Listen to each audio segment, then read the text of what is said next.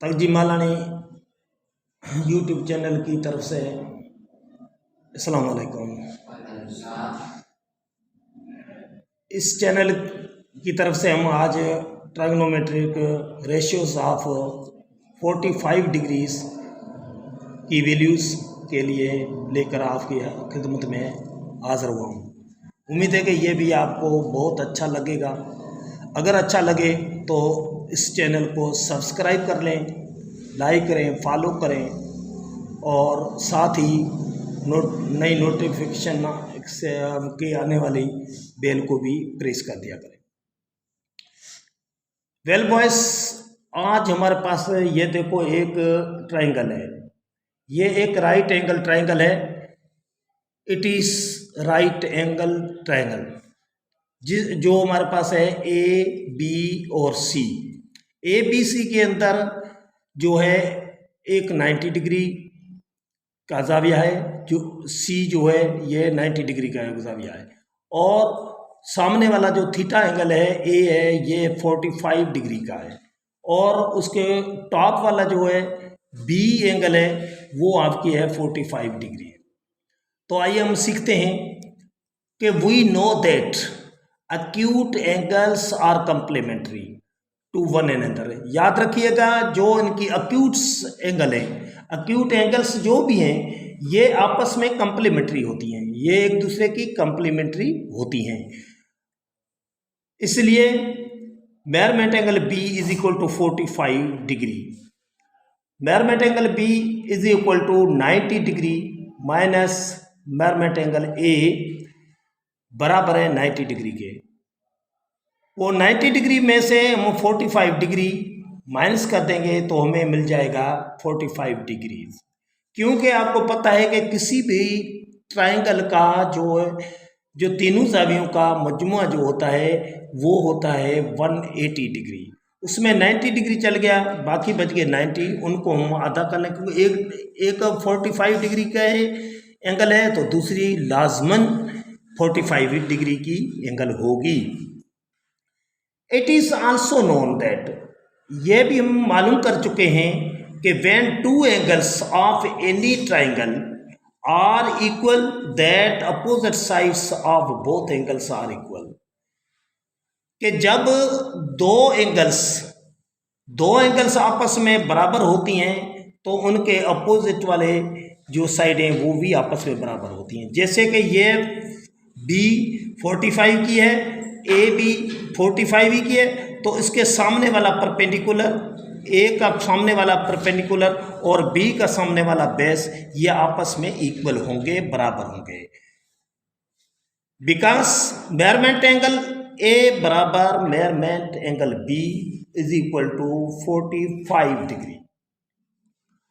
Therefore क्योंकि ये आपस में बराबर हैं, ए और बी एंगल्स जो हैं ये 45 डिग्री की हैं, तो इसलिए measurement side B C, measurement B और सी बराबर है मेजरमेंट ए सी। ए और सी ये साइड्स आपस में बराबर होती हैं, यानी इसका मतलब यह है कि परपेंडिकुलर और बेस आपस में बराबर होते हैं। According to Pythagoras theorem, Pythagoras theorem के मुताबिक hypotenuse square is equal to perpendicular square plus base square, या फिर हम इनको इस तरह भी लिख सकते हैं C square is equal to A square plus B square. Because A बराबर है बी के, क्योंकि ये हमने साबित किया है कि ये हमारा कानून बताता है कि बेस जब दो एंगल, कोई भी एक्यूट दो एंगल आपस में बराबर होंगी तो उनकी अपोजिट साइड्स भी आपस में बराबर होती हैं। पुट द वैल्यू ऑफ ए, अब परपेंडिकुलर यानी ए की वैल्यू हम इसमें पुट करेंगे तो C square is equal to A square plus B square, तो C square is equal to B square. ये b क्या है कि a बराबर है b के, तो a की जगह पे हमने b लिख दिया, और ये a स्क्वायर है तो हमने ये भी इसको भी b स्क्वायर कर दिया प्लस b स्क्वायर वही का वही। c square is equal to 1 इसका कोफिशिएंट 1 इनका कोफिशिएंट, ये आपस में हो गए 2, क्योंकि हम अलजेब्रा में ये सीख चुके हैं। तो C square is equal to 2b square. अब take the square root both sides, दोनों साइड हम स्क्वायर रूट लेंगे। तो ये सी स्क्वायर है, इसको अंडर रूट में रख लिया, और 2b स्क्वायर है, इसको भी अंडर रूट में रख लिया।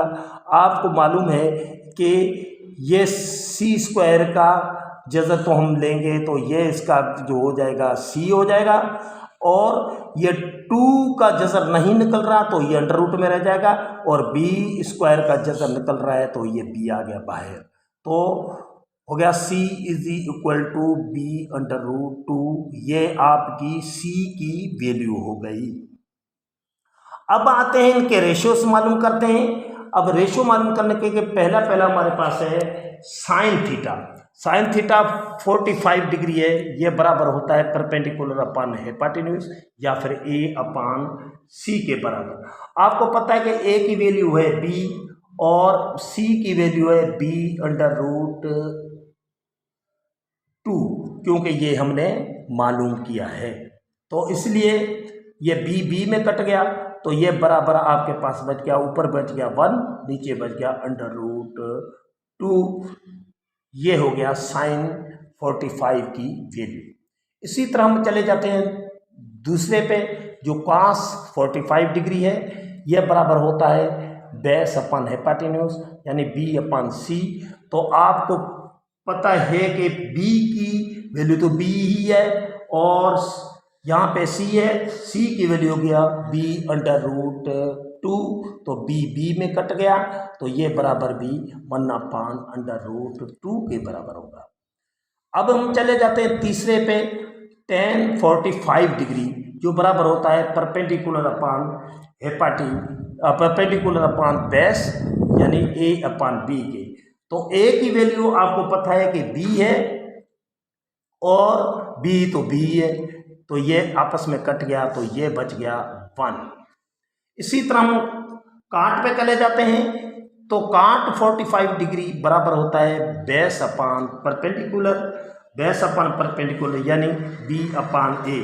तो बी की वैल्यू बी है, ए की वैल्यू आपकी बी है, तो ये आपस में कट गया तो ये बराबर भी 1 के बच गया। इसी तरह हम चले जाते हैं सेक 45 डिग्री, जो 5वां नंबर फार्मूला है हमारा, तो ये बराबर होता है हेपाटेन्यूज अपान बेस यानी सी अपान बी। तो सी अपान बी होता है, तो सी की वैल्यू आपको पता है कि बी अंडर रूट 2 है। सी की वैल्यू क्या है? B under root 2 upon b की वैल्यू बी है, तो ये बी में कट गया तो ये आपके पास बच गया अंडर रूट 2।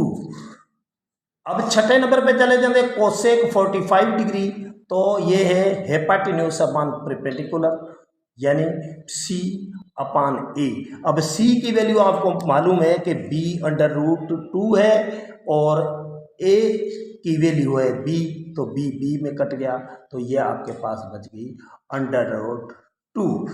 बेटे देखो अभी हम पढ़ेंगे साइन 45 डिग्री बराबर है 1 अपान अंडर रूट 2 के। कॉस 45 डिग्री बराबर है 1 अपान अंडर रूट 2 के। टेन 45 डिग्री बराबर है 1 के, और काट 45 डिग्री बराबर है 1 के।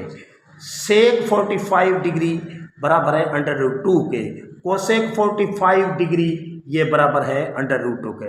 इसी तरह आज का हमारा लेक्चर ख़त्म होता है, और इससे पहले मैं आपको एक बात बता दूं कि डियर स्टूडेंट्स, आप भी सीखो, अपने बहन और भाइयों को भी सिखाओ ताकि वो सीख सकें और जो सीखना चाहते हैं वो भी सीखें। प्यारे बच्चों, आप कोशिश करते रहें ताकि मैथमेटिक्स ज़्यादा से ज़्यादा सीखें, क्योंकि ट्रिग्नोमेट्री की बहुत ज़रूरत है हमारे मुल्क को, दुनिया को। इसलिए तंजीम मालानी आपसे इजाज़त लेता है। खुदा हाफिज़।